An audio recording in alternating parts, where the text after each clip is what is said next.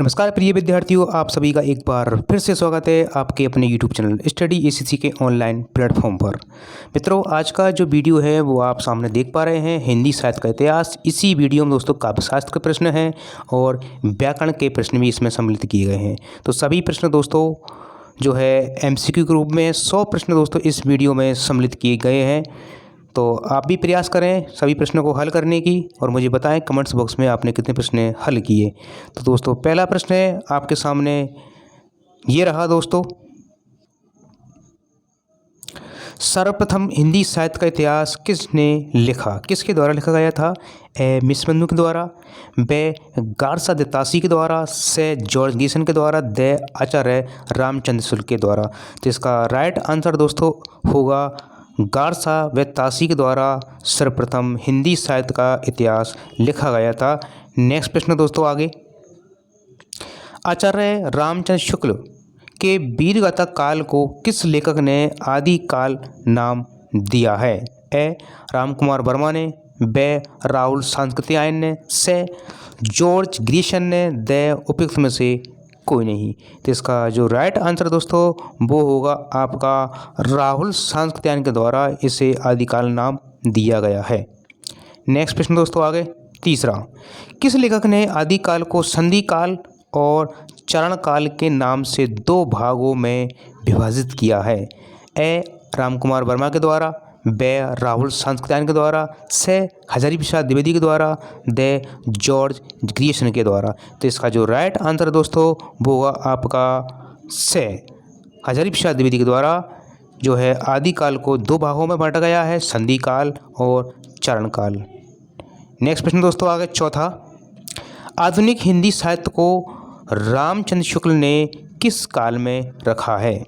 ए नूतन काल में, ब गद्य काल में, से आधुनिक काल में, द रीति काल में। तो चौथे का जो राइट आंसर दोस्तों वो आपका आधुनिक काल में कवि ने इसको रखा है। पांचवा प्रश्न दोस्तों, राहुल सांकृत्यायन ने आदिकाल को क्या नाम दिया है? ए चरण काल नाम दिया है, ब गद्य काल नाम दिया है, से सिद्ध सामंत काल नाम दिया है, या फिर संधि काल नाम दिया है। तो इसका पांचवें का जो है दोस्तों राइट आंसर होगा आपका सिद्ध सामंत काल। राहुल सांकृत्यायन ने इनको आदिकाल को नाम दिया है। ओके, नेक्स्ट प्रश्न दोस्तों आगे देखते हैं हम, हिंदी साहित्य का इतिहास सर्वप्रथम किस भाषा में लिखा गया था?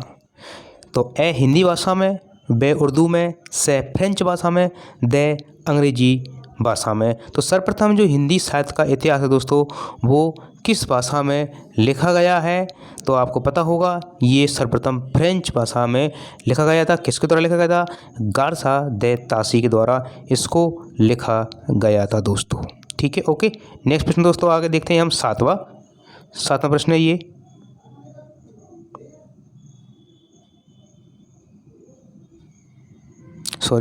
हिंदी साहित्य के इतिहास लेखन की परंपरा का सूत्रपात किसके द्वारा किया गया या किसने किया? तो ए शिव सिंह सेंगर के द्वारा, ब गारसा बेतासी के द्वारा, से रामचंद्र शुक्ल के द्वारा, द जॉर्ज गीसन के द्वारा। तो इसका जो सातवें का राइट आंसर है दोस्तों वो होगा आपका व गारसा दत्तासी के द्वारा सर्वप्रथम जो हिंदी साहित्य लिखने की परंपरा है उसे प्रारंभ किया गया था। तो राइट आंसर इसका होगा व गारसा दत्तासी। ओके, नेक्स्ट प्रश्न दोस्तों आठवां,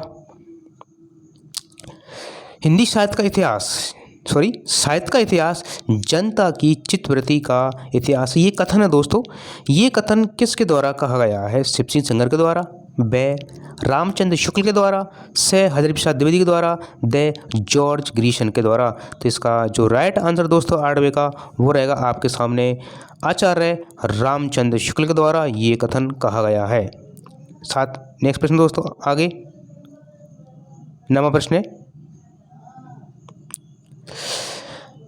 नागरिक पंचाणी सभा द्वारा प्रकाशित हिंदी साहित्य के वृहत इतिहास के कुल कितने खंड हैं? वेरी मोस्ट इम्पोर्टेंट प्रश्न दोस्तों। तो नवे का जो राइट आंसर दोस्तों वो आपको बताना है। ए 19 खंड, ब 16 खंड, से 18 खंड, या फिर द 10 खंड। कितने खंडों में इसको विभाजित किया गया है? तो इसका जो राइट आंसर होगा दोस्तों वो होगा 18 खंडों में इसको विभाजित किया गया है। नेक्स्ट प्रश्न दोस्तों आगे देखते हैं हम 10वां। हिंदी साहित्य के किस योग को जो है स्वर्ण योग कहा गया है? थोड़ा मिसप्रिंट है दोस्तों ये। तो दोस्तों प्रश्न सही है, हिंदी साहित्य के किस युग को स्वर्ण काल कहा गया है? तो इसका राइट आंसर आदिकाल, ब भक्तिकाल, से गद्यकाल या फिर रीतिकाल। इसका जो राइट आंसर दोस्तों वो होगा आपका ब भक्ति काल को जो है क्या कहा गया है? स्वर्ण युग कहा गया है। राइट आंसर होगा दोस्तों ब। नेक्स्ट प्रश्न दोस्तों आगे देखते हैं हम। रासो साहित्य किस काल की रचना है? रासो साहित्य किस काल की रचना है? तो ए वीरगाथा काल की, ब भक्ति काल की, से गद्य काल की, द रीति काल की। तो 11वें का जो राइट आंसर है दोस्तों वो क्या होगा आपका? वीरगाथा काल। रासो साहित्य जो है रचना है वो सभी वीरगाथा काल में लिखी गई हैं, तो इसका राइट आंसर होगा दोस्तों ए। नेक्स्ट प्रश्न दोस्तों आगे 12वां। आचार्य रामचंद्र शुक्ल ने आदिकाल को वीरगाथा काल क्यों कहा है? इसका रीजन आपको बताना है दोस्तों। वीर राजाओं का वर्णन है इसमें, इसलिए इस युग में वीर रस का प्रचुर वर्णन मिलता है इसलिए, या फिर से इस काल के सभी कवि जो है वीर थे, या फिर इसमें वीर गाथा प्रधान कृतियों की मात्रा जो है वो प्रचुरता थी, अधिकता थी, इसलिए। तो इसका जो राइट आंसर होगा दोस्तों वो होगा द। इसमें वीर गाथा प्रधान कृतियों रचनाओं की प्रचुर मात्रा थी, इस कारण इस काल को वीर गाथा काल कहा गया है, आदि काल को। ओके, नेक्स्ट प्रश्न दोस्तों आगे 13वां। आदिकाल के साहित्य की प्रमुख भाषा क्या थी? आदिकाल के साहित्य की प्रमुख भाषा क्या थी?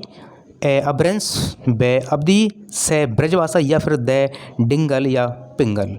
तो इसका जो राइट आंसर दोस्तों आगे रहेगा आपका डिंगल और पिंगल एक प्रकार की भाषा है जो कि राजस्थान में चलती है दोस्तों ये। नेक्स्ट प्रश्न दोस्तों 14वां। पृथ्वीराज रासो नामक महाकाव्य के कवि कौन है कि ये किसके द्वारा लिखा गया है? तो ए दलपति विजय के द्वारा, ब नरपति नाले के द्वारा, से चंद्रबरदाई के द्वारा या फिर द जयानक के द्वारा। तो पृथ्वीराज रासो नामक जो रचना है दोस्तों वो लिखी गई है चंद्रबरदाई के द्वारा। ठीक है, ये जो है प्रथम ग्रंथ माना महाकाव्य इसको माना जाता है दोस्तों पृथ्वीराज रासो को।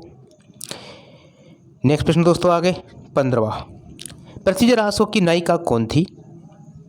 पृथ्वीराज रासो जो एक महाकाव्य है उसकी नायिका कौन है और नायक कौन है? तो इसकी जो नायिका है दोस्तों वो ए नागमती थी, ब संयोगिता थी, से राजमती थी या फिर द पद्मावती थी। तो इसका जो राइट आंसर दोस्तों वो होगा आपका संयोगिता इसकी नायिका थी और पृथ्वीराज इसके क्या थे? नायक थे। ठीक है, ओके। नेक्स्ट प्रश्न दोस्तों आगे देखते हैं हम आगे 16वां प्रश्न दोस्तों। आदिकालीन साहित्य का प्रमुख जो रस था वो कौन सा था? ए वीर रस, ब श्रृंगार रस, से रौद्र रस या फिर शांत रस। तो 16वें का जो राइट आंसर दोस्तों वो होगा आदिकालीन साहित्य का जो प्रमुख रस था वो था वीर रस। 20 क्योंकि इसमें जो रचना है वो वीर रस प्रधान है, सभी रचना है दोस्तों। बीसलदेव रासो किसकी रचना है? 17वां प्रश्न है। बीसलदेव रासो नामक रचना किसके द्वारा लिखी गई है? दलपति विजय के द्वारा, नरपति नाले के द्वारा, से चंद्रबरदाई के द्वारा या फिर द जयानक के द्वारा। तो इसका जो राइट आंसर दोस्तों 20 नर यानी नरपति नाले के द्वारा ये रचना लिखी गई है। इसका राइट आंसर होगा ब। नेक्स्ट प्रश्न दोस्तों आगे देखते हैं अब 18वां। 19वां आ चुका है। 18वां प्रश्न। सरस्वती पत्रिका के संपादक का क्या नाम था? जो सरस्वती नामक पत्रिका है उसका संपादन किसके द्वारा किया गया था दोस्तों? इसके संपादक जो है उसका नाम इसमें आपको बताना है। ए शिव सिंह सेंगर, ब रामचंद्र शुक्ल, से हज़रत प्रसाद द्विवेदी, द महावीर प्रसाद द्विवेदी। तो 18 का राइट आंसर दोस्तों होगा आपका ये रचना ये जो पत्रिका है सरस्वती ये महावीर प्रसाद द्विवेदी के द्वारा इसका संपादन किया गया था। तो इसका राइट आंसर होगा द। नेक्स्ट प्रश्न दोस्तों आगे देखते हैं हम। विशाल भारत नामक पत्रिका के संपादक कौन थे? विशाल भारत नामक पत्रिका के संपादक कौन थे दोस्तों? तो ए राम गोपाल चतुर्वेदी, व राजेंद्र यादव, से कैलाश शर्मा, द बनारसी दास। तो ये जो पत्रिका है दोस्तों विशाल भारत, ये किसके द्वारा प्रकाशित की गई थी, इसका संपादन किसके द्वारा, इसका संपादन जो है किसके द्वारा किया गया था, तो इसका जो राइट आंसर दोस्तों होगा वो बनारसी दास चतुर्वेदी के द्वारा ये पत्रिका का संपादन किया गया था। नेक्स्ट प्रश्न दोस्तों आगे 20वां। हिंदी की प्रथम धार्मिक मासिक पत्रिका कौन सी थी? हिंदी की प्रथम धार्मिक मासिक पत्रिका कौन सी थी? ए कल्याण, व सरस्वती, से वर्तमान साहित्य, द हिंदू पत्रिका। तो इसका जो राइट आंसर दोस्तों वो आपका कल्याण नामक पत्रिका, ये धार्मिक मासिक पत्रिका थी। नेक्स्ट प्रश्न दोस्तों आगे 21वां। सूर्यकांत त्रिपाठी निराला ने कौन सी पत्रिका का संपादन किया था? ए इंदु का, ब सरस्वती का, से सुधा का, द बालक का। तो सूर्यकांत त्रिपाठी निराला जी ने किस पत्रिका का संपादन किया था दोस्तों? तो 21 का जो राइट आंसर दोस्तों वो आपका सुधा पत्रिका का इन्होंने क्या किया था, संपादन किया था। राइट आंसर कौन सा दोस्तों? से। नेक्स्ट में दोस्तों आगे देखते हैं। खड़ी बोली हिंदी गद्य का प्राचीन प्रमाण किस रचना से मिलता है? खड़ी बोली हिंदी गद्य का प्राचीनतम प्रमाण किस रचना से मिलता है? ए प्रेम सागर से, ब रानी केतकी कहानी से नास्कितोपाख्यान से, या फिर चंद छंद बर्मन की महिमा से। तो इसका 22 का जो राइट आंसर दोस्तों वो आपका चंद छंद बर्मन की महिमा के द्वारा हमें खड़ी बोली हिंदी गद्य की प्राचीन प्रमाण जो है रचनाओं का प्रमाण मिलता है। नेक्स्ट प्रश्न दोस्तों आगे 23वां। प्रेम सागर नामक रचना के लेखक कौन है? सदा सुखलाल,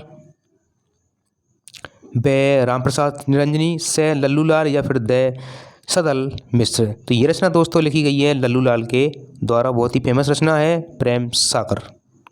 नेक्स्ट प्रश्न दोस्तों आगे देखते हैं हम। हिंदी का प्रथम समाचार पत्र कौन सा था?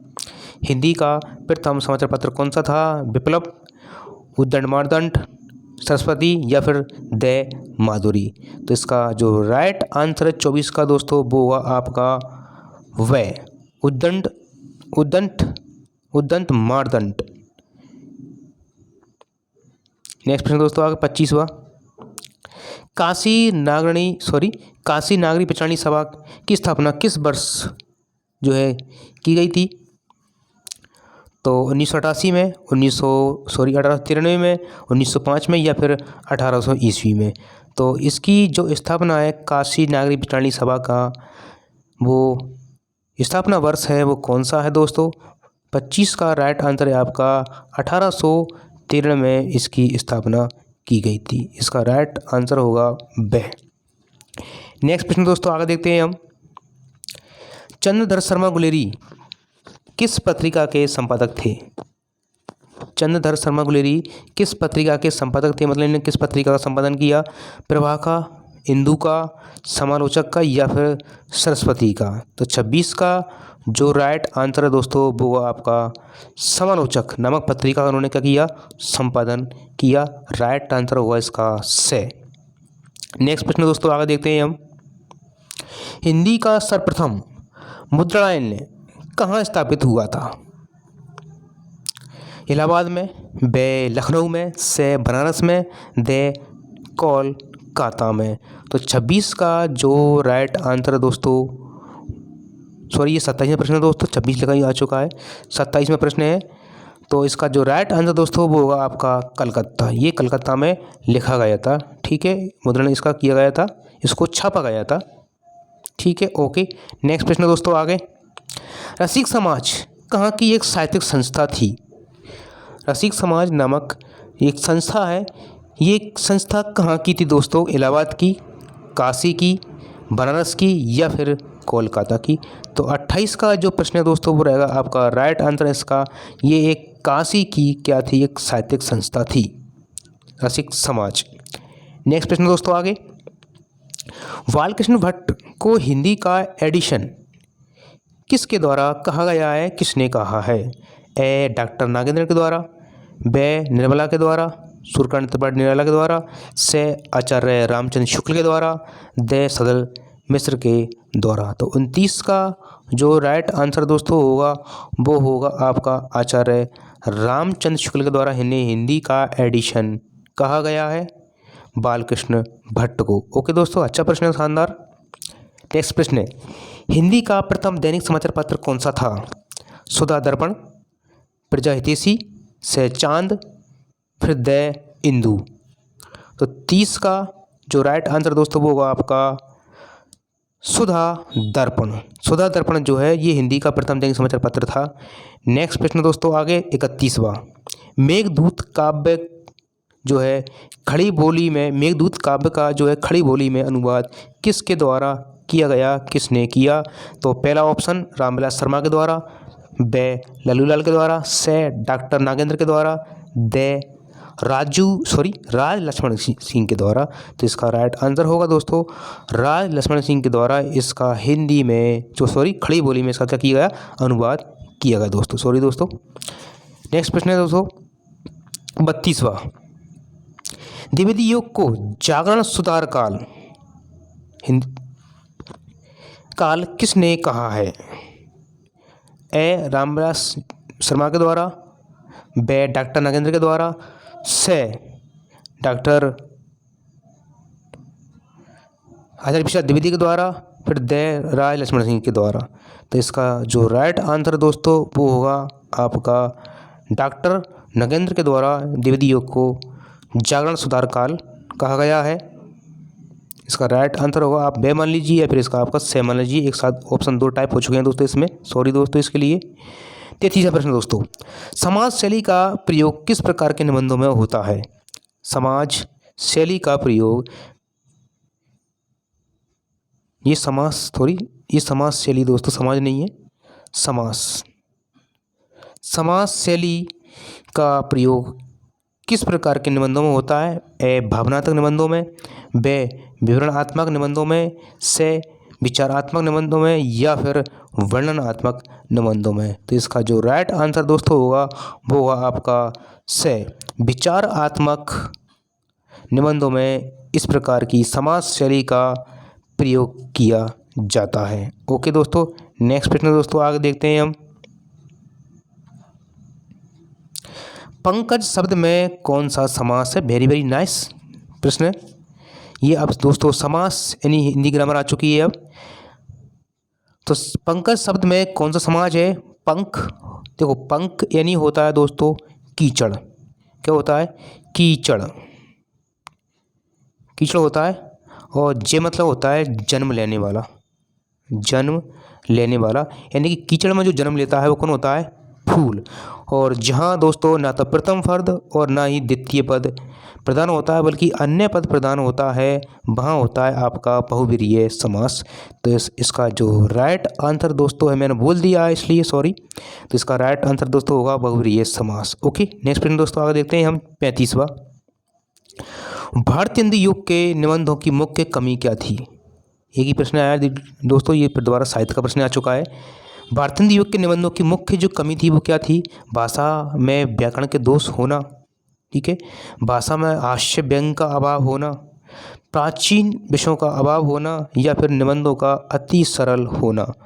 तो मुख्य कमी की बात की जा रही है यहाँ पर। तो इसका जो राइट आंसर दोस्तों वो रहेगा आपका 35 का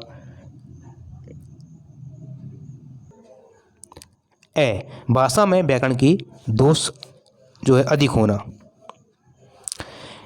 नेक्स्ट प्रश्न दोस्तों आगे देखते हैं हम 36वां। शुक्ल युग के निबंधकार कौन है?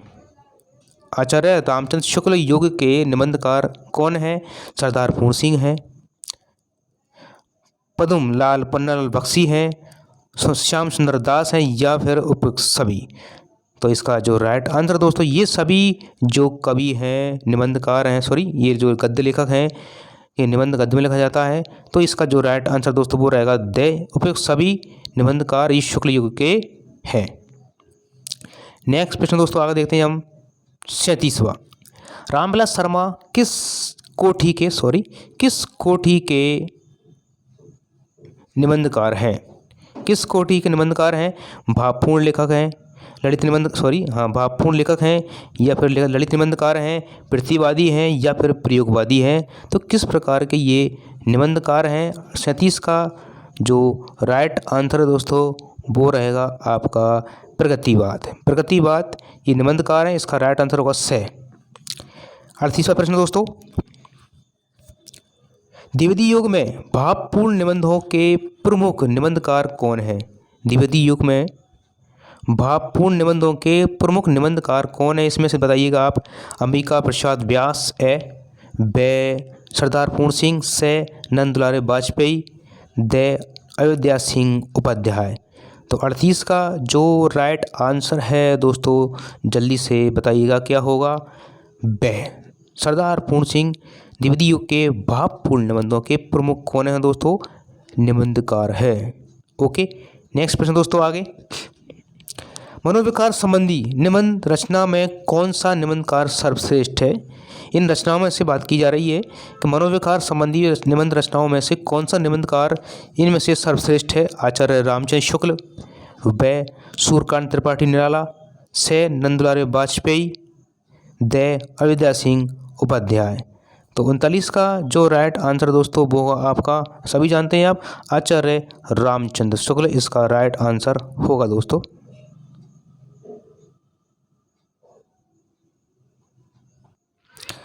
तो इसका राइट आंसर होगा दोस्तों 39 का ए, आचार्य रामचंद्र शुक्ल। नेक्स्ट प्रश्न दोस्तों आगे देखते हैं हम। मजदूरी और प्रेम किस श्रेणी के निबंध है? ललित निबंध है, बे रचनात्मक निबंध है, से विचारात्मक निबंध है या फिर दे भावनात्मक निबंध है। तो 40 का जो राइट आंसर होगा दोस्तों आपका वो होगा विचारात्मक। मजदूरी और प्रेम जो निबंध है वो किस कोटि का दोस्तों, किस कोटि का निबंध है? वो रहेगा आपका ये दोस्तों विचारात्मक निबंध है। राइट आंसर होगा इसका शे। 41वां प्रश्न दोस्तों, व्यास शैली किस प्रकार के निबंधों के लिए उपयुक्त है? व्यास शैली किस प्रकार के निबंधों के लिए उपयुक्त है? ए विवरणात्मक, बे रचनात्मक, से विचारात्मक, दे वर्णनात्मक। तो इसका 41 का जो राइट आंसर दोस्तों वो रहेगा आपका वर्णनात्मक निबंधों के लिए व्यास शैली का सर्वाधिक प्रयोग किया जाता है। ओके, नेक्स्ट प्रश्न दोस्तों 42वां। भाषा का अर्थ होता है शब्द का लिखित रूप, ध्वनियों का उच्चारण, मनोभावों को प्रकट करने का सांकेतिक समूह, शब्द समूह, या फिर शब्दों और वाक्यों का समूह। तो भाषा का जो अर्थ होता है दोस्तों क्या होता है? वास्तविक देखा जाए तो मनोभावों को प्रकट करने वाला सांकेतिक एक शब्द समूह होता है। तो 42 का जो है दोस्तों राइट आंसर रहेगा आपका से। ओके, 43वां प्रश्न दोस्तों, किसी सीमित क्षेत्र में बोली जाने वाली भाषा को क्या कहते हैं? विभाषा, बोली, उपबोली या फिर उपभाषा? देखिएगा, विभाषा, बोली, उपबोली या फिर उपभाषा। तो 43 का जो राइट आंसर दोस्तों वो होगा आपका, इसे कहा जाता है किसी सीमित क्षेत्र में बोली जाने वाली बोली को, भाषा को कहते हैं हम बोली। छोटे क्षेत्र में जिसको बोला जा रहा है तो उसको बोली बोलते हैं, ठीक है, उसको बोली कहा जाता है। जैसे हाड़ौती बोली है, डूंगरी है, मेवाड़ी है, मारवाड़ी है, ये एक प्रकार की बोली है दोस्तों, ना कि भाषा। भाषा है हिंदी। नेक्स्ट प्रश्न दोस्तों आगे, राजभाषा का क्या अर्थ होता है? देश के राजकीय कार्यों में प्रयुक्त होने वाली भाषा, राज्य के सभी वर्गों में स्वीकृत भाषा, राज्य में बोली जाने वाली भाषा, या फिर दे जिसके द्वारा राज्यों में शासन चलाया जाए। तो 44 का जो राइट आंसर है दोस्तों वो रहेगा आपका देश के राजकीय कार्यों में प्रयुक्त होने वाली भाषा ही क्या कहलाती है? राजभाषा कहलाती है। अभी भारत देश की कोई भी राजभाषा नहीं है, सॉरी, राजभाषा हिंदी को बनाया गया है। राजभाषा हिंदी राष्ट्रभाषा अभी भारत की कोई भी नहीं है। राजभाषा तो है हिंदी, लेकिन राष्ट्रभाषा अभी तक कोई भी नहीं बनी है दोस्तों, कोई भी अपना स्थान नहीं ले पाई है। तो नेक्स्ट प्रश्न दोस्तों देखते हैं हम 45वां। निम्न में से तत्सम शब्द कौन सा है दोस्तों? अब आपको ग्रामर आ चुकी है, तत्सम शब्द बताने हैं। अक्षर, तत्सम मतलब जो शुद्ध रूप हो, संस्कृत से आया हुआ शब्द तत्सम शब्द कहलाता है। जो इसका अक्षर, ये अक्षर है, ये अक्षर है, और ये अक्षर और ये अक्षर। तो इसका तत्सम शब्द की बात की जा रही है तो राइट आंसर होगा इसमें अक्षर। ये शुद्ध शब्द दोस्तों संस्कृत भाषा का है। नेक्स्ट प्रश्न 46वां, निम्न में से तत्सम शब्द फिर दोस्त आपको बताना है। अंगरखा, अंगरक्षक, अंगछक या अरंगछक। तो इसका जो राइट आंसर दोस्तों वो आपका अंगरक्षक। ये आपका शुद्ध शब्द है, संस्कृत शब्द है, तत्सम शब्द है ये दोस्तों। नेक्स्ट प्रश्न 47वां, निम्न में से तत्सम शब्द फिर से आपको बताना है। ए अंधकार, बे अंधेरा, से अंधकार, दे अंधकार। तो इसमें से जो तत्सम शब्द दोस्तों 47 का वो राइट आंसर कौन सा होगा इसमें से देखिएगा आप। अंधकार ये आपका देखें तो ये तत्सम शब्द है, ये शुद्ध रूप है दोस्तों। इसका राइट आंसर होगा आपका ए। अब दोस्तों आपको बताना है निम्न में से तद्भव शब्द कौन से हैं। बाकी शब्द आपको तत्सम दिए होंगे और आपको उसमें से एक शब्द रखा वो होगा तद्भव। तो तद्भव शब्द कौन सा होता है? जो संस्कृत भाषा से आए किंतु हमारी बोलचाल की भाषा में आकर उनका रूप परिवर्तित हो गया है, तो उनको हम तद्भव रूप के जानते हैं उनको हम। तो देखो अज्ञान, अज्ञानी, अजान या फिर रज्जु। देखिए तो इसका जो राइट अज्ञान दोस्तों ये अज्ञानी और रज्जु ये सभी तत्सम शब्द हैं, जबकि अजान जो है आपके ये कैसा दोस्तों ये आपका तद्भव शब्द है। इसका राइट आंसर जो होगा दोस्तों वो होगा आपका से। नेक्स्ट प्रश्न दोस्तों आगे, निम्नलिखित में से कौन सा तद्भव शब्द है? अग्नि, आग, ऊर्ध्वतन या उच्च। तो देखिए अग्नि और ये लिखा हुआ है ऊर्ध्वतन, ये आपका तत्सम है, ये भी तत्सम है, और उच्च ऊंचा ये भी आपका तत्सम शब्द है। आग जो है आपका तद्भव शब्द है दोस्तों। तो राइट आंसर होगा इसका बे दोस्तों। नेक्स्ट प्रश्न दोस्तों आगे देखते हैं, निम्न में से तद्भव शब्द फिर से कौन सा है? तो अंगरक्षक, बे ए गम्य, से अक्षत, फिर दे अंग रखा। ये भी आपका तत्सम है, ये तत्सम है, ये तत्सम है। दे जो है वो आपका तद्भव शब्द है दोस्तों। 51वां प्रश्न दोस्तों वेरी वेरी मोस्ट इंपोर्टेंट प्रश्न है दोस्तों। शब्द और अर्थ से युक्त रचना ही काव्य है, यह किस आचार्य की परिभाषा है? शब्द और अर्थ से युक्त रचना ही काव्य है, ये किस आचार्य की परिभाषा है? कुंतल की है। ये दोस्तों काव्यशास्त्र से प्रश्न है, काव्यशास्त्र से इस प्रश्न को लिया गया है। से भामट है, दे आनंद वर्धन है। तो 51 का जो राइट आंसर है दोस्तों वो क्या होगा? तो इसका राइट आंसर दोस्तों होगा भामट के द्वारा ये कथन दिया गया है, से इसका राइट आंसर होगा दोस्तों। नेक्स्ट प्रश्न दोस्तों आगे काव्यशास्त्र से है। दोष रहित गुणों और अलंकारों से युक्त शब्दार्थ ही काव्य है। एक बार फिर से काव्य की परिभाषा आई है, दोष रहित गुणों और अलंकारों से युक्त शब्दार्थ ही काव्य है। ये परिभाषा किसके द्वारा दी गई है? ए मम्मट के द्वारा, बे भरत मुनि के द्वारा, से भामट के द्वारा, दे आनंद वर्धन के द्वारा। तो 52 का जो राइट आंसर दोस्तों वो रहेगा आपका ए। ये रचना दोस्तों ये जो परिभाषा है वो मम्मट के द्वारा दी गई है, काव्य की रचना है दोस्तों। नेक्स्ट प्रश्न दोस्तों आगे देखते हैं, निम्नलिखित में से कौन से आचार्य अलंकार को काव्य की आत्मा नहीं मानते हैं? वेरी मोस्ट इम्पोर्टेंट प्रश्न दोस्तों। निम्नलिखित में से कौन से जो आचार्य हैं, गुरुदेव हैं, जो अलंकार को काव्य की आत्मा नहीं मानते हैं? तो इसका जो राइट आंसर दोस्तों आपको बताना है। ए विश्वनाथ नहीं मानते, या फिर वे भरतमुनि नहीं मानते, से भामट, दे केशवदास।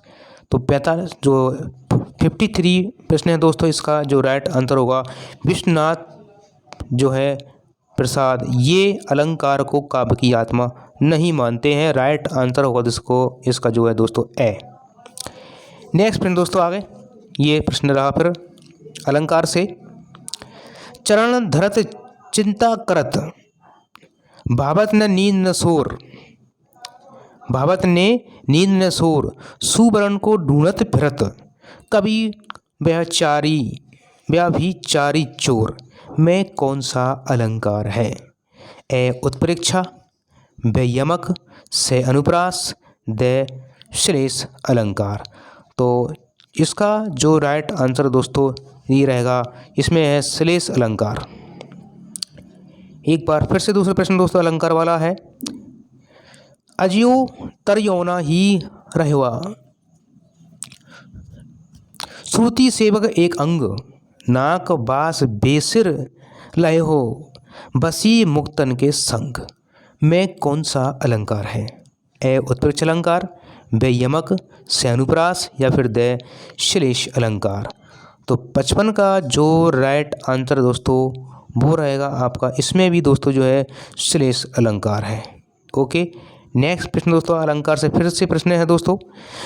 भूरी भूरी भेदभाव भूमि से भागा दिया, भूरी भूरी भेदभाव भूमि से भगा दिया, में नमक पंक्तियों में कौन सा अलंकार है?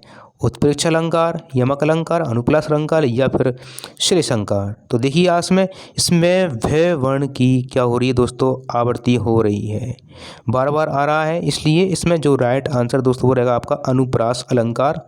राइट आंसर दैट इज से। नेक्स्ट प्रश्न दोस्तों आगे देखते हैं हम, ये है दोस्तों उपसर्ग के प्रश्न आ चुके हैं ग्रामर वाले। अत्याधुनिक में कौन सा उपसर्ग है? तो पहले इस शब्द को देखते हैं, अति इसमें उपसर्ग है, या फिर ए है, फिर अधि है, या फिर एक है। तो देखिए अति, यदि इसकी हम संधि विचित करते हैं दोस्तों तो अति धन आधुनिक बन जाएगा, आधुनिक, आधुनिक इस प्रकार से बन जाएगा आधुनिक। और इसमें अति लगा हुआ है दोस्तों, उपसर्ग है, ठीक है, और आधुनिक। जब ये ई के बाद यदि ए या आ जाए, भिन्न स्वर आ जाता है ई के बाद, तो आपका ई जो है किससे बदल जाता है? यज्ञ वाला में, यज्ञ वाला में बदल जाता है, ये में बदल जाता है। तो वहाँ पर ऐसी स्थिति में होती है आपकी दोस्तों यण संधि, ठीक है। तो इस शब्द में यण संधि है दोस्तों। और उपसर्ग की यदि बात करें हम तो इसमें उपसर्ग है अधि। ओके दोस्तों आगे चलते हैं हम नेक्स्ट आगे। अधि कोश में कौन सा उपसर्ग लगा हुआ है? तो अधि कोश में अति, ए, अधि या एक। तो राइट आंसर दोस्तों इसका अधि, इसमें उपसर्ग लगा हुआ है, सामान्य सा शब्द है अधि। और कोश, कोश मतलब होता है खजाना। अनुवाद में कौन सा, अनुवाद शब्द में कौन सा उपसर्ग लगा हुआ है? अति, ए, अनु या एक। तो अनु धनबाद, इसमें अनु उपसर्ग लगा हुआ है दोस्तों। प्रत्येक शब्द में कौन सा उपसर्ग लगा हुआ है? प्रति उपसर्ग है, या पर है, या प्रे है, या प्र है। तो देख इसका यदि हम संधि विचित करते हैं तो प्रति धन एक ये आएगा दोस्तों इसका। और यदि इस प्रकार नियम अकॉर्डिंग बात करें तो इसमें रहेगी आपकी यण संधि। और जहाँ पर भी शब्द दोस्तों या तो एक वे के बाद लग रहा है आधा वर्ण, इस प्रकार से यदि इस प्रकार दे रखा है तो ये लगा हुआ है, और यहाँ पर यदि आधा वर्ण है तो समझ जाइएगा आप इसमें यण संधि है। और इसी प्रकार वे के पहले यदि कोई आधा वर्ण लगा हुआ है तो भी आप समझ जाइए वहाँ पर कि यहाँ पर यण संधि होगी। केवल इसमें ये और वे, ये दो वर्ण होते हैं। यदि इससे पहले आधा वर्ण उसमें दे रखा है तो 99% दोस्तों यहाँ पर यण संधि होती है। तो आप विशेष तौर पर ध्यान रखें इस नियम को दोस्तों। नियम नहीं है, एक ट्रिक मान लीजिए आप इसको। तो इसका जो राइट आंसर दोस्तों वो होगा प्रति, इसमें उपसर्ग लगा हुआ है प्रति धन एक। पाठक शब्द में कौन सा प्रत्यय लगा हुआ है? अब प्रत्यय के शब्द आ चुके हैं दोस्तों, पहले उपसर्ग चल रहे थे। तो देखिएगा ए, अक, ठक या फिर आक। तो पाठक, पाठ धन अख, इसमें प्रत्यय लगा हुआ है दोस्तों, अक प्रत्यय इसमें लगा हुआ है। इसका बे, इसका दोस्तों क्या होगा? राइट आंसर होगा, ठीक है। ओके दोस्तों नेक्स्ट प्रश्न देखते हैं हम दोस्तों आगे। 62वां, गायक शब्द में कौन सा प्रत्यय लगा हुआ है? ए प्रत्यय, अक प्रत्यय, ठक प्रत्यय या फिर आग प्रत्यय। तो यदि हम इसकी दोस्तों संधि विच्छेद करते हैं तो देखिए ये होता है आपका गई धन अख। ओके अख। तो आप देख पा रहे हैं इसमें प्रत्यय कौन सा लगा हुआ है? अक प्रत्यय लगा हुआ है। देखिए इस प्रकार से यदि आई के साथ में, किसके साथ में दोस्तों, यदि आई के साथ में भिन्न स्वर यदि आ जाता है, क्या जाता है, भिन्न स्वर यदि आ जाता है, तो आपका जो आई है वो आय में बदल जाता है। किस में बदल जाता है दोस्तों, आय में बदल जाता है। इस प्रकार संधि की बात करते हैं हम, तो दोस्तों यहाँ पर वृद्धि संधि है, सॉरी बात करें यदि हम, तो यहाँ पर आपके जो है अयादि संधि है। कौन संधि दोस्तों, अयादि संधि है, इसमें अयादि संधि है दोस्तों। ठीक है, तो राइट आंसर इसका होगा दोस्तों आपका अक, और संधि होगी इसमें अयादि। नेक्स्ट प्रश्न दोस्तों आगे देखते हैं हम 62वां। भुलक्कड़ शब्द में कौन सा प्रत्यय लगा हुआ है, तो भुलक्कड़ में अक्कड़ लगा हुआ है, बे अक, से अड़, दे आख। इसमें जो है प्रत्यय कौन सा लगा हुआ दोस्तों, इसको यदि हम इसका विभाजन करते हैं तो ये लगा हुआ है भूल धन अक्कड़। क्या है दोस्तों, अक्कड़। तो इसका जो राइट आंसर दोस्तों वो रहेगा ए, अक्कड़ इसमें प्रत्यय लगा हुआ है, भूल से बना है अक्कड़, भुलक्कड़। विद्यार्थी शब्द में कौन सी संधि है, वेरी नाइस दोस्त, अच्छा प्रश्न दोस्तों। विद्यार्थी शब्द में कौन सी संधि है, स्वर संधि है, गुण संधि है, दीर्घ संधि है, या फिर यण संधि है। तो विद्या धन अर्थी, विद्या धन क्या हो जाएगा, अर्थी, विद्या धन अर्थी। ए और ए के साथ एक साथ दो वर्ण समान स्वर आते हैं तो वे अपने दीर्घ रूप में बदल जाते हैं दोस्तों। किस रूप में बदल जाते हैं, दीर्घ रूप में बदल जाते हैं। इस प्रकार ये जो नियम संधि का नियम है वो है आपका स्वर संधि का, और स्वर संधि में किसका नियम दोस्तों, ये आपके दीर्घ संधि का नियम है। ठीक है, ये दीर्घ संधि का नियम है दोस्तों। इसका राइट आंसर होगा जो आपका से, विद्यार्थी शब्द में दीर्घ संधि है। ओके दोस्तों, पानी आ चुका है दोस्तों बाहर तेजी से। तो नेक्स्ट प्रश्न दोस्तों आगे 66वां।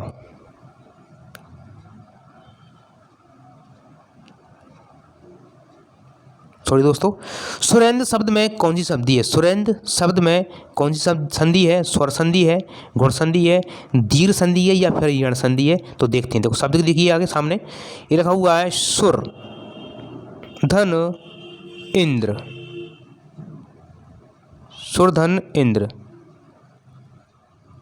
सुर मतलब देवता, तो देवताओं के इंद्र जो इंद्र हैं वो कौन है, सुरेंद्र, यानी कि ये जो पर्यायवाची दोस्तों किसका है, इंद्र का है।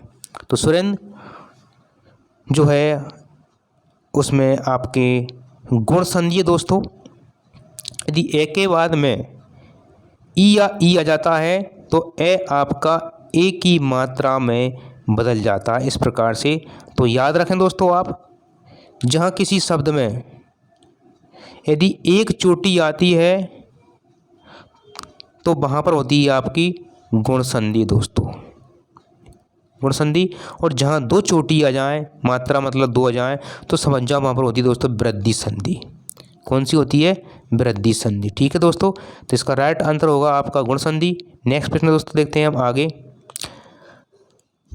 परमोत्सव शब्द में कौन सी संधि है, गुण संधि है, स्वर संधि है, दीर्घ संधि है, फिर या यण संधि है। तो देखिएगा, परम धन, परम धन उत्सव। ए के साथ में यदि ऊ भिन्न स्वर आ जाता है, सॉरी यदि ए के साथ में ऊ आ जाता है, ऊ या ऊ आ जाता है, तो ए जो है आपका ओ में परिवर्तित हो जाता है। ओ की मात्रा इस प्रकार से लगती है दोस्तों, इस प्रकार से ओ में परिवर्तित हो जाता है। तो वहाँ पर ये संधि का जो नियम है दोस्तों वो आता है आपके गुण संधि के अंतर्गत। मैंने ये बताया आपको, जहाँ पर एक मात्रा आ जाए वहाँ समझ जाइए आप गुण संधि होगी, और जहाँ दो मात्रा आ जाए, दो छोटी आ जाए, वहाँ पर होगी आपके वृद्धि संधि।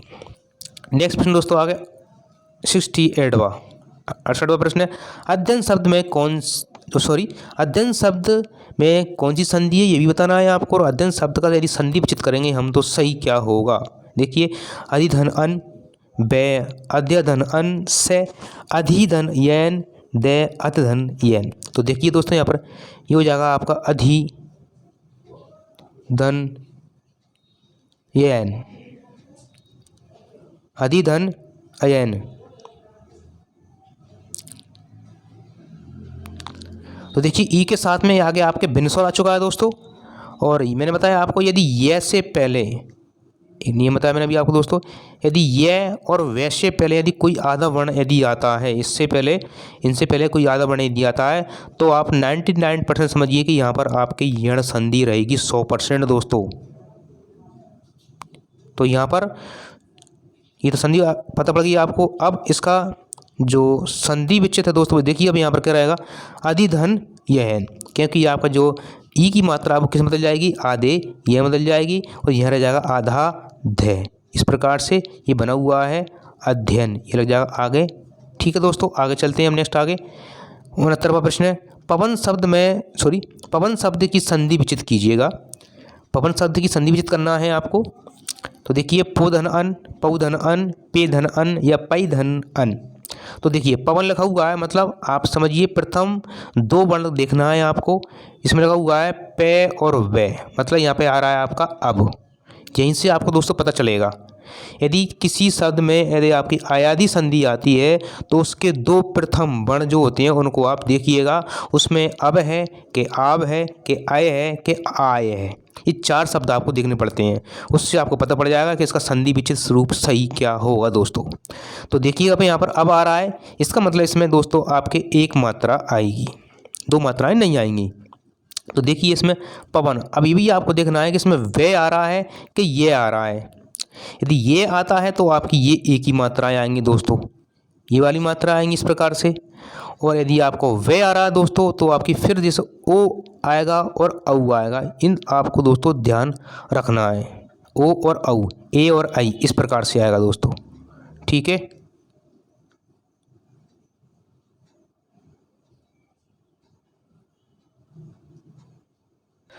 तो दोस्तों देखिएगा इसमें आ रहा है आपका अब, यानी कि मतलब आपका ये जो पहले शब्द आएगा वो आएगा आपका ओ।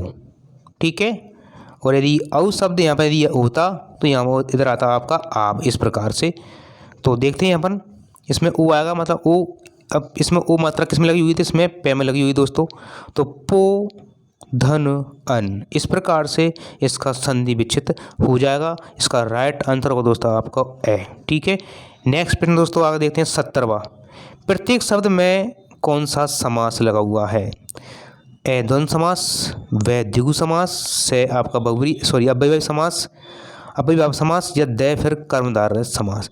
तो प्रति धन एक 70 का जो प्रश्न है दोस्तों वो क्या होगा, जल्दी से बताइए दोस्तों। तो इसका राइट जो आंसर होगा दोस्तों वो होगा अव्ययभाव समास, क्योंकि इसमें प्रति शब्द क्या है आपका अव्यय शब्द है। तो जो समास अव्यय शब्द से बने होते हैं उनको हम अव्ययभाव समास कहते हैं दोस्तों। तो इसका राइट आंसर होगा दोस्तों आपका श। नेक्स्ट प्रश्न दोस्तों आगे 71वां। मनोज शब्द में कौन सा समास है? द्वंद्व समास है, बहुव्रीहि समास है, अव्ययभाव समास है, या फिर कर्मधारय समास है। तो इसका जो राइट आंसर दोस्तों वो होगा आपका मन धन ओज। मन में मन है, धन जय। संधि की बात करें हम तो यहाँ दोस्तों विसर्ग संधि है, और यदि समास की यदि हम बात करें यहाँ पर तो मन में जय मतलब जन्म, मन में जन्म लेने वाला है वो कौन होता है दोस्तों? कामदेव होता है। तो इसका मतलब अन्य अर्थ इसका निकल रहा है, तो इसका राइट आंसर होगा आपका बहुव्रीहि समास दोस्तों। 72वां प्रश्न दोस्तों, मोक्ष प्राप्त शब्द में कौन सा समास है? द्वंद्व समास है, तत्पुरुष समास है, अव्ययभाव समास है, या फिर द कर्मधारय समास है। मोक्ष प्राप्त में समास जो होगा वो होगा आपका दोस्तों, इसमें वे राइट आंसर होगा मोक्ष को प्राप्त। मोक्ष को प्राप्त यानी कि को विभक्ति है इसमें, जहाँ विभक्ति चला जाए वहाँ पर आपका तत्पुरुष समास होता है। ठीक है, ओके दोस्तों आगे देखते हैं हम। नेक्स्ट प्रश्न है 73वां। अठन्नी शब्द में कौन सा समास है? अठन्नी शब्द में कौन सा समास है? अठन्नी शब्द में कौन सा समास है दोस्तों? द्वंद्व समास है, तत्पुरुष समास है, आपके अव्ययभाव समास है, या फिर द्विगु समास है। तो इसका जो राइट आंसर दोस्तों अठन्नी, 8 आनों का समूह, 8 आनों का समूह मतलब इसमें राइट आंसर होगा दोस्तों आपका द्विगु समास। द्विगु समास जो है वो एक संख्या को प्रदर्शित कर रहा है। ठीक है, 8 आनों का समूह। शोकमग्न शब्द में कौन सा समास है? द्वंद्व समास, तत्पुरुष समास, अव्ययभाव समास या फिर द्विगु समास? तो देखिएगा, द्विगु समास जहाँ होता है दोस्तों, जहाँ प्रथम शब्द क्या होता है? संज्ञावाची होता है, किंतु कभी कभी द्वितीय वर्ण भी क्या हो जाता है? संज्ञावाचक होता है, लेकिन ऐसा बहुत कम होता है। लेकिन ज़्यादातर जो शब्द होते हैं उनमें प्रथम शब्द क्या होता है? संज्ञावाची होता है, वहाँ पर द्विगु समास होता है। और जहाँ अव्यय शब्द लगे होते हैं, जुड़े होते हैं, वहाँ अव्ययभाव समास होता है। और जहाँ दोनों पर दो दो प्रधान होते हैं, बीच में या अथवा और का यदि उसमें चिन्ह लगे होते हैं, विभक्ति चिन्ह लगे होते हैं, संयोजक शब्द लगे होते हैं, वहाँ पर द्वंद्व समास होता है। और जहाँ पर कारक चिन्ह विभक्ति लगी होती है वहाँ होता है दोस्तों तत्पुरुष समास होते हैं वहाँ पर। तो 74वां का जो राइट आंसर दोस्तों वो क्या होगा? शोक में मग्न, यानी कि तत्पुरुष समास। दोस्तों इसमें राइट आंसर इसका होगा आपका तत्पुरुष समास। शोक में मग्न, यानी कि इसमें अधिकरण तत्पुरुष समास है दोस्तों। ठीक है, नेक्स्ट देखते हैं हम आगे दोस्तों। अपना हाथ जगन्नाथ कहावत का क्या अर्थ है? अपना हाथ जगन्नाथ कहावत जो है उसका अर्थ क्या है? दूसरों का किया गया कार्य फलदायी होता है, विद्वान व्यक्ति अधिक बोलते हैं, अवसर निकल जाने पर पछताना, या फिर स्वयं के द्वारा किया गया कार्य फलदायी होता है। जिसका जो राइट आंसर है दोस्तों वो होगा आपका द। स्वयं के द्वारा किया गया कार्य कैसा होता है? फलदायी होता है, इसलिए कहा गया है अपना हाथ जगन्नाथ क्या करेगी दुनिया। नेक्स्ट प्रश्न दोस्तों आगे 76वां। अध जल गगरी छलकत जाए कहावत का क्या अर्थ है? ये कहावत है, इसका अर्थ क्या है? आधी भरी मटकी से पानी सरलता से निकल जाता है, विद्वान व्यक्ति अधिक बोलते हैं, अल्पज्ञ व्यक्ति ज्ञानवान होने की डींग हाँकता है, और मूर्ख व्यक्ति अपनी बड़ाई स्वयं करता है। क्या करता है? बड़ाई स्वयं करता है। तो इसका जो राइट आंसर दोस्तों वो होगा आपका अल्पज्ञ व्यक्ति ज्ञानवान होने की अधिक क्या करता है? डींगे हाँकता है। इसका राइट आंसर होगा आपका से। नेक्स्ट प्रश्न दोस्तों आगे देखते हैं 77। निम्न में से कौन से सभी वर्ण घोष हैं? वेरी वेरी नाइस दोस्तों, ये आपके जो है वर्ण विचार से सब प्रश्न है। तो देखिएगा, घोष वर्ण की बात चल रही है, सभी वर्ण घोष बताना है आपको। तो पहले बता दूं मैं आपको, पहला, दूसरा वर्ग, तीसरा वर्ग, चौथा वर्ग और ये पांचवा वर्ग। 3, 4, 5, ये 3, 4, 5 जो वर्ग हैं दोस्तों ये सभी क्या होते हैं? घोष होते हैं। इसमें जितने भी आते हैं आपके 15 वर्ण आते हैं तो ये घोष होते हैं, जबकि पहला और दूसरा जो वर्ग होता है ये आपके अघोष होते हैं। तो ठीक है, देख सकते हैं आप क वर्ग आ रहा, मतलब ये पहले में आ रहा, मतलब इसका ऑप्शन पहला तो गलती हो गया दोस्तों हमारा। ठीक है, इसके बाद देखते हैं हम सभी स्वर क्या होते हैं दोस्तों? घोष होते हैं। सभी स्वर जो होते हैं वो क्या होते हैं दोस्तों? घोष होते हैं। ठीक है, तो घोष है। इसके बाद ऋण की बात करें हम तो ये भी घोष है, क्योंकि ये 5वें नंबर पर आ रहा है दोस्तों।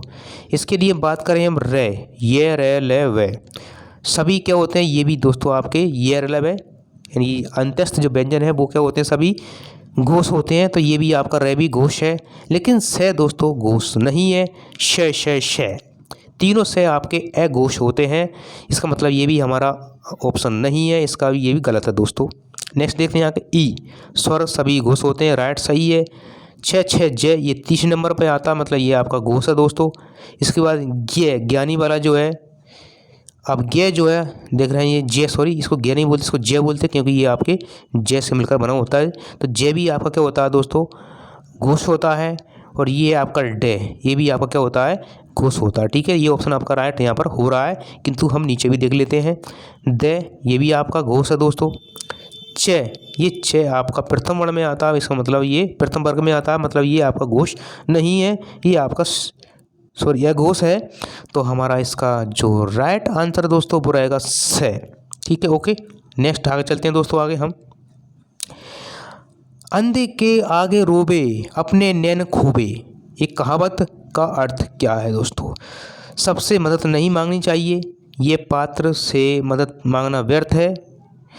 ठीक है, अंधे से कोई आशा नहीं रखनी चाहिए, या फिर द ऑप्शन, अंधा व्यक्ति किसी को रोते हुए नहीं देख सकता।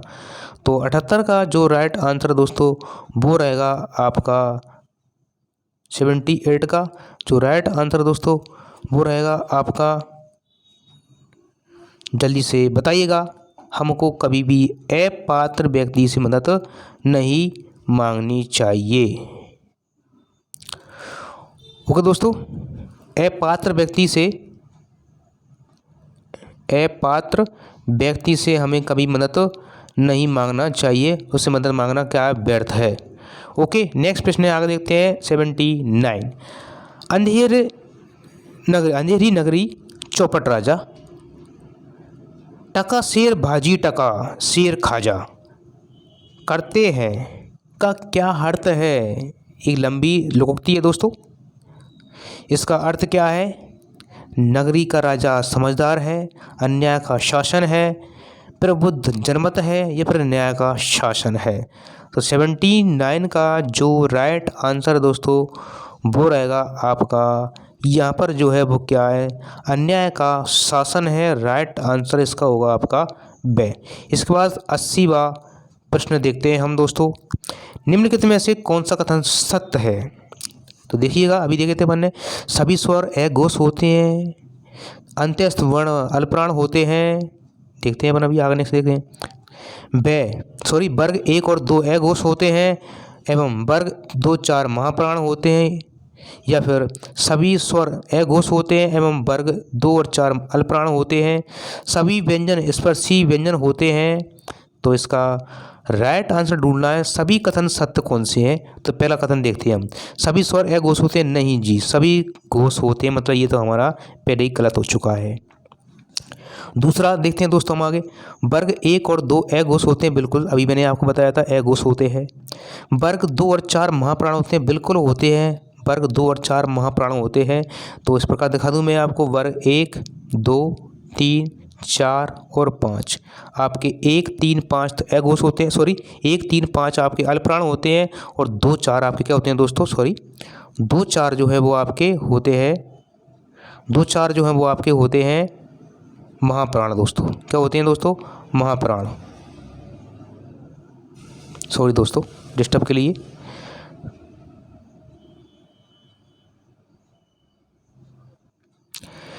तो 2 और 4 जो होते हैं महाप्राण होते हैं, जबकि 1 3 5 आपके अल्पप्राण होते हैं दोस्तों। ठीक है, ओके। तो इसका राइट आंसर आपका बे रहेगा दोस्तों।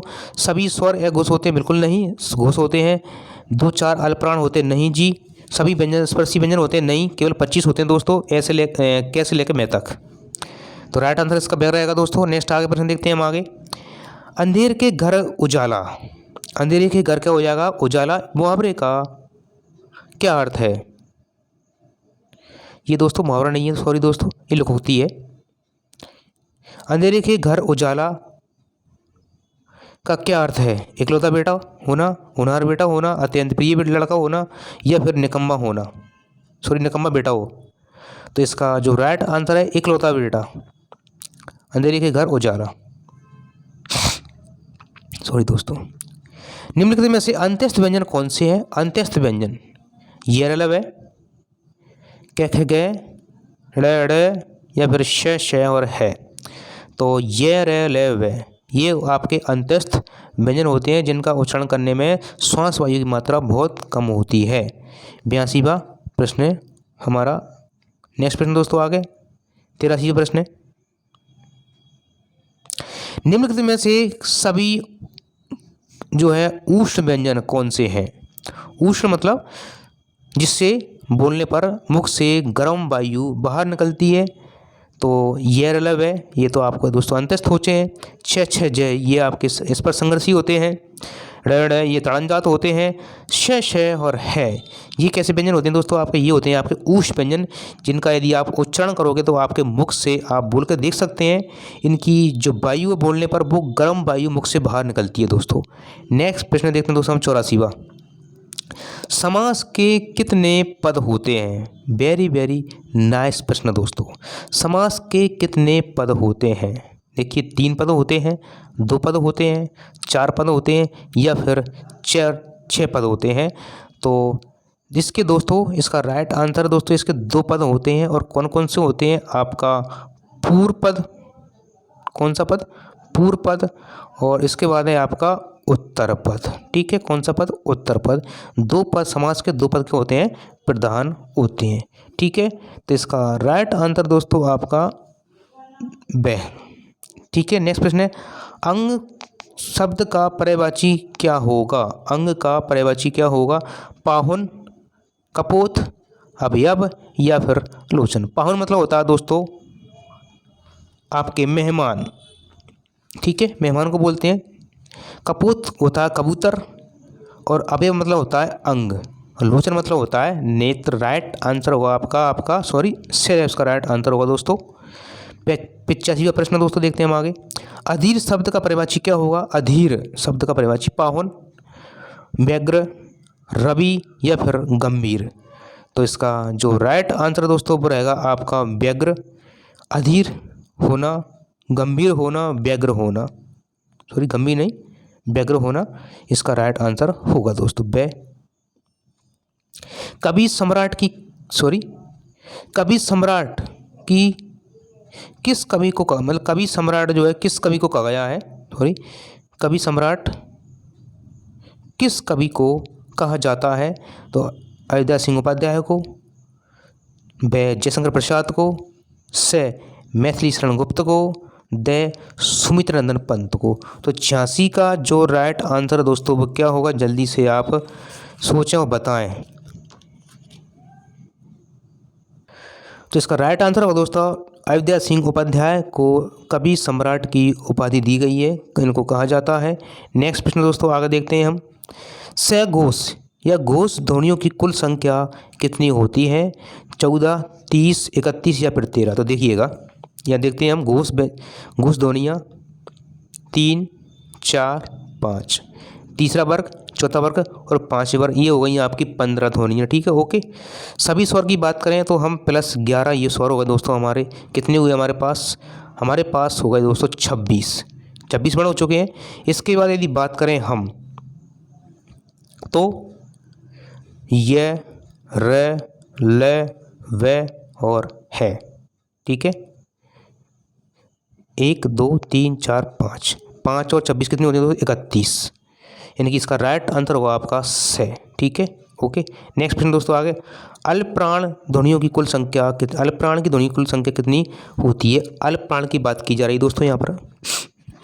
थोड़ी दोस्तों जुकाम हो रहा है इसलिए देखिएगा। अल्पप्राण की बात करें हम तो पहला वर्ग, तीसरा वर्ग और आपका पांचवा वर्ग, ये हो गया आपका टोटल 15 वर्ण हो चुके हैं।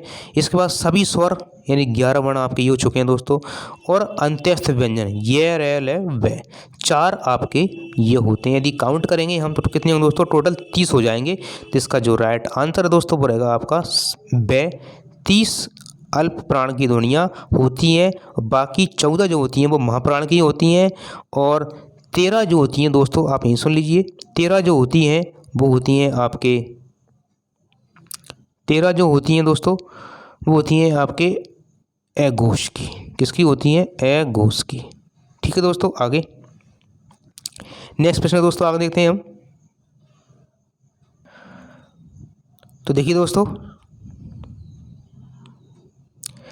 39वां प्रश्न ये हमारा हो चुका है। 89वां प्रश्न दोस्तों, सॉरी 89वां प्रश्न। हस्तछाप के कवियों की स्थापना कब हुई थी? 1565 ईस्वी में, 1665 ईस्वी में, 1465 ईस्वी में या फिर 1365 ईस्वी में दोस्तों। इसका आगे प्रश्न देखते हैं दोस्तों हम। 90वां जो है 90 प्रश्न। पुष्टि मार्ग का मेरुदंड किसे कहा जाता है? सूरदास को, विठलनाथ को, नामादास को या फिर वल्लभाचार्य को। तो इसका जो राइट आंसर दोस्तों वो रहेगा आपका सूरदास को जो है पुष्टि मार्ग का क्या कहा जाता है? मेरुदंड कहा जाता है। वेरी नाइस प्रश्न दोस्तों, आगे देखते हैं हम। सूर वात्सल्य है और वात्सल्य सूर है। सूर वात्सल्य है और वात्सल्य सूर है, ये कथन किसके द्वारा कहा गया है? आचार्य रामचंद्र शुक्ल द्वारा, विठलनाथ के द्वारा, नामदास के द्वारा या फिर बल्बाचार्य के द्वारा। तो इसका जो राइट आंसर दोस्तों बल्बाचार्य के द्वारा। इसका राइट आंसर दोस्तों आपका ए आचार्य रामचंद्र शुक्ल के द्वारा ये कथन कहा गया है दोस्तों। नेक्स्ट प्रश्न दोस्तों आगे देते हैं, निम्नलिखित में से कौन सा वर्ग अशुद्ध है? कौन सा वर्ग अशुद्ध है? यानी कि मतलब इसमें 3 वर्ग जो है दोस्तों वो शुद्ध है, बाकी एक ऑप्शन जो है, एक वर्ग जो है वो आपका अशुद्ध है। तो देखिए मूर्धन्य वर्ण कौन कौन से होते हैं? ठे, ठे, डे, ढे और ढे। ये राइट है, बिल्कुल सही है। उस वर्ण की यदि बात करें हम तो शे और है, ये भी सही है दोस्तों। दंत्य वर्ण की बात करें अपन तो त, थ, द, ध, न और से, ये सभी होते हैं दंत्य वर्ग में आते हैं। कोमल तालव्य आपके क, ख, घ नहीं होते हैं दोस्तों, बल्कि ये तो आपके कंठे ध्वनियाँ हैं। कौन सी हैं? कंठे। इनको क्या बोलते हैं?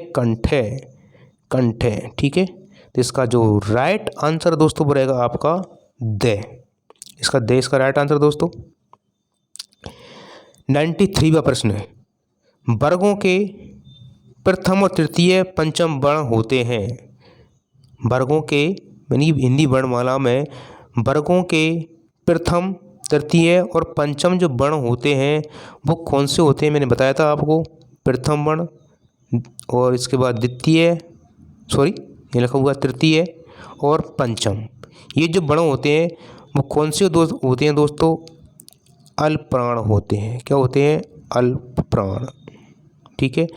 तो ऑप्शन ए घोष, अल्पप्राण, महाप्राण या फिर सघोष। इसका जो राइट आंसर है दोस्तों वो रहेगा आपका अल्पप्राण। ठीक है, ओके। नेक्स्ट प्रश्न दोस्तों आगे देखते हैं, हिंदी साहित्य में दोहरे नामकरण की परंपरा किसने प्रारंभ की थी? हिंदी साहित्य में दोहरे नामकरण की जो परंपरा है किसके द्वारा प्रारंभ की गई थी? आचार्य रामचंद्र शुक्ल के द्वारा, डॉक्टर नगेंद्र के द्वारा, जो है राम कुमार वर्मा के द्वारा या फिर गणपति चंद्र गुप्त के द्वारा। इसका जो राइट आंसर दोस्तों रहेगा आपका आचार्य रामचंद्र शुक्ल द्वारा ये दोहरे नामकरण की परंपरा को शुरुआत किया गया था, प्रारंभ किया गया था। नेक्स्ट प्रश्न देखते हैं अपन दोस्तों आगे, हिंदी की प्रथम रचना के लेखक कौन है दोस्तों? तो हिंदी की प्रथम रचना है, जानते होंगे आप, सर्वकाचार है। और इसके प्रथम कवि कौन है दोस्तों? आचार्य रामचंद्र शुक्ल हैं, देवसेन है, राम कुमार वर्मा है या फिर गणपति चंद्र गुप्त है। तो इसका जो राइट आंसर दोस्तों रहेगा आपका देवसेन इसके लेखक हैं, किंतु इसका साहित्य में नाम नहीं मिलता है, इसलिए प्रथम लेखक शेरपा को माना गया है। ठीक है, ध्यान रखें दोस्तों। नेक्स्ट प्रश्न आज देखते हैं, हिंदी की प्रथम रचना कौन सी है? तो मैंने अभी आपको बताया था, प्रियप्रवास, जयचंद्र प्रकाश या सर्वकाचार या फिर एक घूंट। तो इसका जो राइट आंसर दोस्तों रहेगा आपका सर्वकाचार। ये हिंदी की क्या है? प्रथम रचना है। ओके, हिंदी की प्रथम रचना है दोस्तों। नेक्स्ट प्रश्न आगे देखते हैं, हिंदी वीर काव्य किसके द्वारा लिखा गया? ये एक इतिहास ग्रंथ है दोस्तों, इतिहास का। तो हिंदी वीर काव्य जो ग्रंथ है वो किसके द्वारा लिखा गया है? केदार भट्ट के द्वारा, टीकम सिंह तोमर के द्वारा, रामचंद्र शुक्ल के द्वारा या बालकृष्ण भट्ट के द्वारा। तो इसका जो राइट आंसर दोस्तों वो रहेगा टीकम सिंह तोमर के द्वारा ये ग्रंथ लिखा गया है। 98वां प्रश्न दोस्तों, रचना, संरचना और बनावट के आधार पर स्वर के कितने भेद होते हैं? 3, 6, 2 या फिर 4। तो इसका जो राइट आंसर दोस्तों वो रहेगा आपका से। इसके संरचना के 2 भेद होते हैं। कितने भेद होते हैं? 2 भेद होते हैं संरचना बनावट के आधार पर। रचना संरचना के आधार पर, बनावट के आधार पर 2 भेद होते हैं। किसके दोस्तों? स्वरों के। नेक्स्ट आगे देखते हैं दोस्तों प्रश्न हम। अब दोस्तों आपको 99 और 100 2 प्रश्नों का उत्तर आपको कमेंट्स बॉक्स में बताना है दोस्तों। प्लीज़ दोस्तों बताइएगा, बाल साहित्य के जनक किसे कहा गया है? बाल साहित्य के जनक किसे कहा गया है? गिरिजा कुमार माथुर को, राम कुमार वर्मा को, राम नरेश त्रिपाठी को या फिर महादेवी वर्मा को? इसका उत्तर आपको देना है कमेंट्स बॉक्स में। और 100वां प्रश्न, लास्ट प्रश्न है, हिंदी का प्रथम महाकाव्य कौन सा है? ये आपको पता होगा, इसलिए इसका उत्तर आपको जो है कमेंट्स बॉक्स में देना। ऑप्शन है पृथ्वीराज रासो, परमाल रासो, सर्वकाचार या फिर विजयपाल रासो। तो हिंदी का प्रथम महाकाव्य कौन सा है और बाल साहित्य के जनक कौन है? इन दोनों प्रश्नों का उत्तर दोस्तों आपको कमेंट्स बॉक्स में देना है दोस्तों। यदि दोस्तों आपको वीडियो पसंद आए तो प्लीज़ लाइक कीजिए, चैनल को सब्सक्राइब कीजिए, वीडियो को शेयर कीजिए और बेल आइकन को दबाना ना भूलें दोस्तों। तो धन्यवाद दोस्तों, आशा करता हूँ आपको ये वीडियो पसंद आएगा। Thank you very much, have a nice day.